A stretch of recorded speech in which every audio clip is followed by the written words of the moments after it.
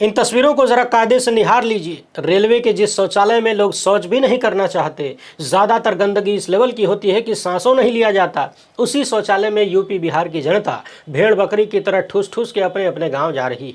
आज आप लोग हमको मत निहारिए, खाली तस्वीरें निहारिए और मेरी बातों को सुनते जाइए। देश के कई हिस्सों से ट्रेनों की ऐसी ऐसी फोटो सामने आई है, स्टेशनों की ऐसी बदहाली सामने आई है जो 11 साल के मोदी सत्ता की सबसे बड़ी सफलताओं में से एक कही जा सकती है। गजब गजब की फोटो आ रही है, वीडियो में लोग अपनी अपनी समस्याएं बतिया रहे हैं, ये तो देखेंगे ही। उधर रेलवे के भीतर घटिया खाने को लेकर और इस तरह का जो फूड कंटेनर होता है उसको दोबारा धो धा के प्रयोग करने को लेकर जो कहानी सामने आई है वो एकदम विश्वगुरु टाइप है। और इस पर रेलवे ने जो जवाब दिया है उसे सुन के यकीन मानिए आपकी भी इच्छा होगी कि अपने ही हाथ से अपने ही खोपड़िया पर 2 कंटाप बजा ले। इसके साथ ही हम ये भी देखेंगे कि कैसे अमृतकाल में सभी संस्थाओं के भीतर खुलेआम गुंडई बतियाने वाले लोगों को बिठा दिया गया है। बात ये भी करेंगे कि कैसे बिहार में चुनाव से ठीक पहले मोदी नीतीश की जबरदस्त पोल खुली है, यानी चुनाव से ठीक पहले तगड़ा वाला झटका लगा है। लेकिन यदि आप इस मुगालते में हैं कि यह झटका चुनावी रिजल्ट में बदल जाएगा तो शायद आपने अमृतकाल को अभी कायदे से पहचाना नहीं है। रेल मंत्री के बड़े बड़े दावों और जमीनी हकीकत की तगड़ी वाली पड़ताल तो होगी ही,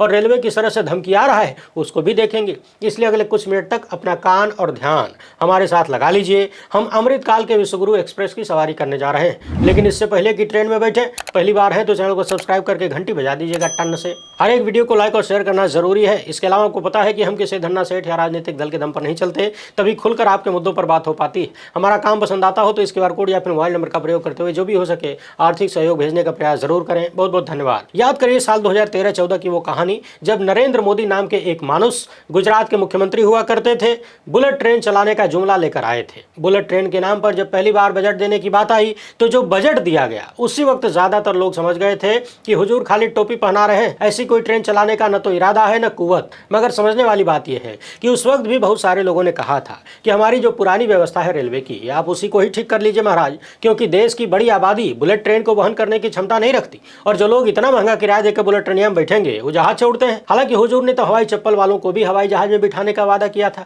लेकिन वादों का क्या है, वो तो टूट जाते हैं, और जब तोड़ने के लिए किए जाते हैं तब तो टूटना निश्चित है। अपने स्क्रीन पर दिवाली और छठ के पर्व पर घर वापस जा रहे प्रवासी बिहारियों की हालत देखिए। 11.5 साल सरकार में रहने के बाद भाजपा की सरकार ने प्रधानमंत्री नरेंद्र मोदी ने रेलवे का क्या हाल किया है इसका अंदाजा लगाइए। लोग ट्रेनों के बाथरूम में लौट लौट के जा रहे हैं। इन तस्वीरों को देखिए और गिनती करके बताइए, इसको स्पेशल इसको देखिए और गिनती करके बताइए कि आपके स्क्रीन पर कितने लोग दिख रहे हैं, कितने लोगों के हाथ पांव हैं, अंदाजा लगाना मुश्किल है। ये वही जनता है जिसे कुछ दिन पहले तक कहा जाता था कि तुमको कश्मीर में 500 गज का प्लाट दिलाएंगे जी, 370 खत्म हो गया है, टेंशन नहीं लेने का।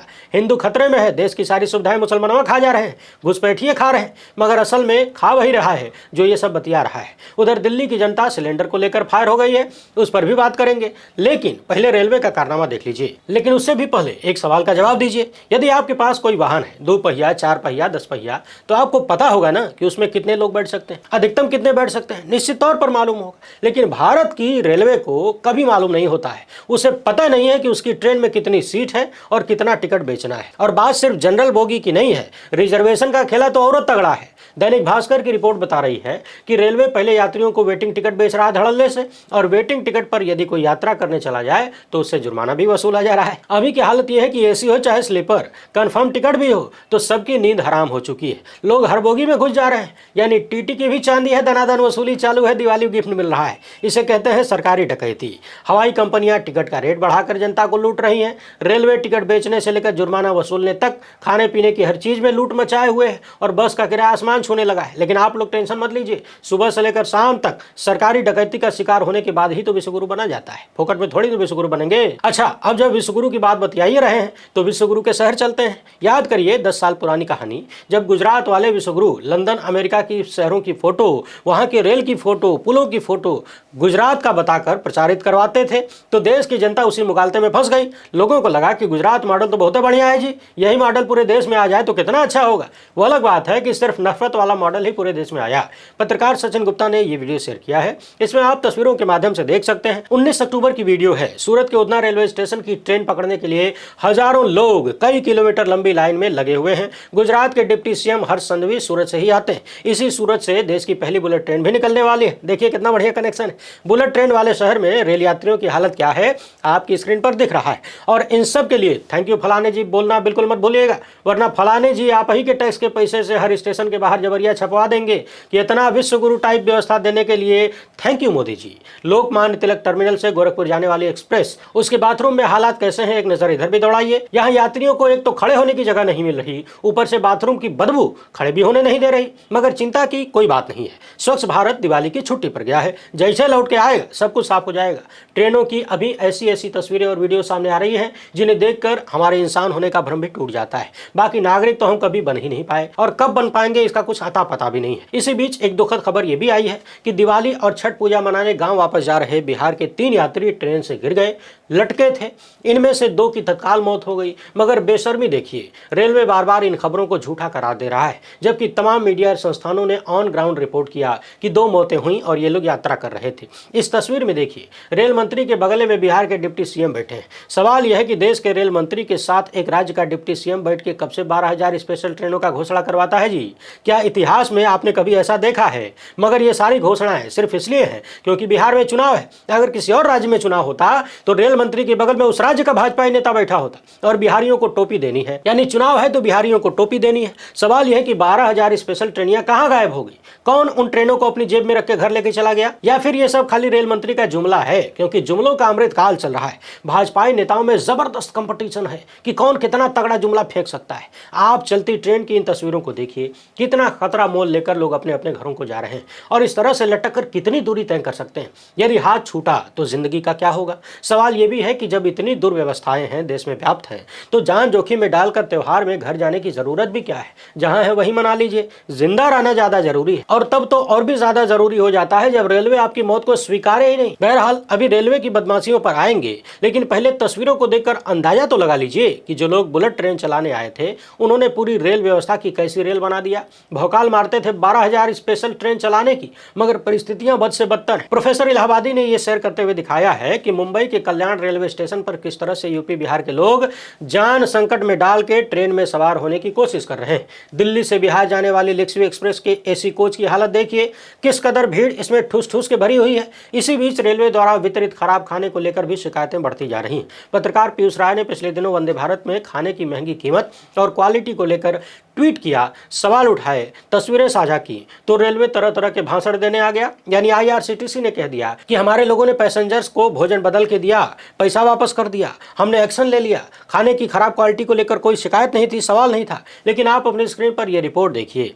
साल 2024 से लेकर 25 में आईआरसीटीसी ने 6,000 से ज्यादा खराब भोजन की क्वालिटी को लेकर शिकायतें प्राप्त किया है। यानी हजारों शिकायतें मिल रही हैं खराब भोजन को लेकर, मगर फिर भी लथेरी देखिए, कोई ट्वीट कर दे, सवाल उठा दे तो आईआरसीटीसी एकदम टूट पड़ता है। यानी सुविधाओं को, दुर्व्यवस्थाओं को बदलना नहीं है, सुधारना नहीं है, खाली झगड़ा करना है, हड़काना है। और अभी तो रेलवे की एक और विश्वगुरु टाइप बेशर्मी सामने आई है, उसको भी देखिएगा। पिछले दिनों एक वीडियो सामने आई, इसमें कैसरोल धुलकर इकट्ठा किया जा रहा था। आप भी देख सकते हैं, बारी बारी से एक एक कैसरोल की सफाई हो रही है और इकट्ठा किया जा रहा है। सोशल मीडिया पर ढेर सारे आरोप लगने लगे कि फूड कंटेनर को दोबारा, जो कि डिस्पोजल है, उसको धो धो के इस्तेमाल किया जा रहा है खाना परोसने के लिए। इस पर आईआरसीटीसी सामने आता है और बाकायदा पेंट्री कार वाले से लेटर लिखवाता है। अमृत भारत मैनेजर लिख रहा है कि कैसरोल धो रहा था, वो कैसरोल और गत्ता दोनों बेचने के लिए धो रहा था, खाना नए कैसरोल में ही आता है। और सुनिए, आईआरसीटीसी ने अपने ट्वीट में लिखा है कि इसे क्लीन करके डिस्पोज किया जा रहा है। फिर से सुनिए, ये जो डिस्पोजेबल फूड कंटेनर है, आईआरसीटीसी का कहना है कि इसे धो धा के डिस्पोज किया जा रहा है। अब आप बताइए कि इस तरह से एक एक प्लेट को, एक एक कटोरी, एक एक थाली, चम्मच, गिलास, बोतल को धो धो के रेलवे अगर डिस्पोज करने लगे तो कितने लोग चाहिए? तब तो हर ट्रेन में रोजाना सैकड़ों कर्मचारी खाली प्लेटें धोते रह जाएंगे प्लास्टिक वाली। क्या आपने कभी सुना है कि डिस्पोजल गिलास, प्लेट, थाली को धो धो के डिस्पोज किया जाता है, वो भी हाथों से एक एक कंटेनर को धुल के डिस्पोज किया जाता है। रेलवे ने बताया कि जो व्यक्ति ये सब कुछ धुल रहा है वो इसे धोकर कबाड़ में बेच देता, कुछ पैसे कमा लेता। अब सवाल यह है कि जो व्यक्ति पेंट्री कार में काम कर रहा है, क्या रेलवे उससे ये भी छूट देती है कि आप साइड इनकम भी करते रहिए? बहरहाल आप तो जानते हैं अमृतकाल में सारी व्यवस्था अमृत की तरह चल रही है। अभी हाल ही में रेल मंत्री ने पत्रकारों से बातचीत करते हुए सोशल मीडिया पर वायरल इस तरह की वीडियोस को लेकर कह दिया कि भ्रामक खबरें न फैलाएं वरना कड़ा एक्शन लिया जाएगा। सवाल यह है कि जब रेलवे और उससे संबंधित संस्थाएं झूठे बहाने कर रही हैं, किसी भी खबर को, किसी भी तस्वीर या वीडियो को फर्जी बताकर बेबुनियादी दावे कर रही हैं, सबको झूठा बता रही है, तो उसका इलाज क्या है मंत्री जी? उनके खिलाफ भी कार्रवाई करेंगे क्या? अब पीआईबी फैक्ट चेक की हकीकत देखिए। जगह जगह तमाम रिपोर्ट्स में कहा गया कि मुंबई से बिहार जा रही कर्मभूमि एक्सप्रेस से गिरकर 2 यात्रियों की मौत हो गई, मगर सरकारी फैक्ट चेक ने कह दिया कि यह घटना फर्जी है। जिन लोगों की मौत हुई वो ट्रेन में सवार नहीं थे, वो अवैध तरीके से प्रवेश कर रहे थे, उससे संबंधित ये घटना है। जबकि तमाम जगहों पर इसे रिपोर्ट किया गया, पत्रकारों ने ग्राउंड से रिपोर्ट किया। बताया जा रहा है कि लोग लटक के यात्रा कर रहे थे, ट्रेन में जगह नहीं थी, ठुसे हुए थे, हाथ छूटा और गिर के मौत हो गई। लेकिन आप लोग टेंशन मत लीजिए। अरे कोविड की महामारी याद है कि नहीं? जब भारत की जनता उसको बर्दाश्त कर ले गई, ये भी स्वीकार कर लिया कि ऑक्सीजन की कमी से कोई नहीं मरा, सारी व्यवस्था दुरुस्त थी, तो फिर ये सब तो हर साल होने वाली चीजें हैं जी। 2-4 लोग मर जाएंगे तो क्या घट जाएगा? इतनी बड़ी आबादी है, यही तो सरकार कहती है। अमृतकाल में सबसे खास बात यह है कि तमाम संस्थाएं जवाबदेह होने की बजाय लट्ठ लेकर घूम रही हैं। यदि आप सवाल करेंगे तो कूट दिए जाएंगे, एफआईआर हो जाएगा, जेल भी हो सकती है। मंत्री से लेकर तमाम अधिकारी धमकाने में जुटे हुए हैं और इनका सबसे बड़ा हथियार है किसी भी सवाल को, किसी भी तथ्य को भ्रामक, झूठा और पुराना बता के निकल लेते हैं।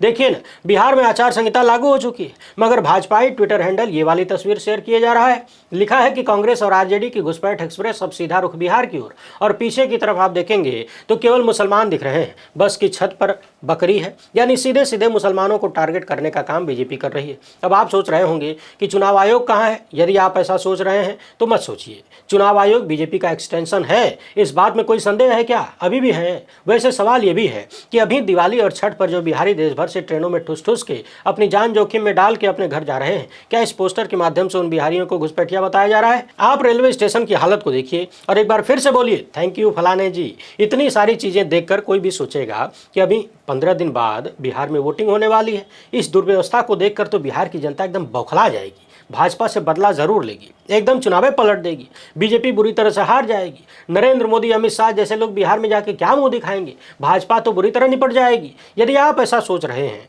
तो अभी शायद आप अमृतकाल को पहचान नहीं पाए। देश में चाहे जितनी दुर्व्यवस्था हो जाए, उसका रिजल्ट अब चुनाव में बिल्कुल नहीं दिखता, उल्टा दिखता है। चाहे जितनी बेरोजगारी हो जाए, महंगाई हो जाए, भ्रष्टाचार हो जाए, अपराध हो जाए, चुनाव से अब इन चीजों का कोई लेना देना नहीं रह गया है। सोचिए, जब कोविड की दुर्व्यवस्था के बाद भी तमाम राज्यों में भाजपा की जीत होती है, तो ये 2-4 दिन की रेलवे वाली समस्या का कोई असर चुनाव में हो जाएगा, ये सोचना भी बेमानी है। और मैंने तो आपको पहले ही कहा है कि जीत का भरोसा बीजेपी को कहीं और से मिलता है, होगा कोई केचुआ जो देता होगा, अन्यथा इतनी दुर्व्यवस्था नहीं होती। सीधे सीधे कभी किसान, कभी नौजवान, कभी मजदूर, कभी पहलवान, कभी महिलाएं भाजपा के निशाने पर नहीं होती, वो भी खुले तौर पर। यदि इन सब का वोट लेकर जीत दर्ज करना होता, यानी इनके वोट के भरोसे अगर कुर्सी मिलती, तो ये लोग जनता के चरणों में बिछे रहते, सारी व्यवस्थाएं दुरुस्त होती। बाकी आप समझ गए होंगे, केचुआ जिंदाबाद है। उधर दिल्ली की जनता परेशान है। आम आदमी पार्टी के तमाम नेता कार्यकर्ता और दिल्ली के लोग भी अपना फ्री वाला सिलेंडर मांग रहे हैं। कह रहे हैं कि भाई आपने होली दिवाली पर मुफ्त सिलेंडर देने का वादा किया था,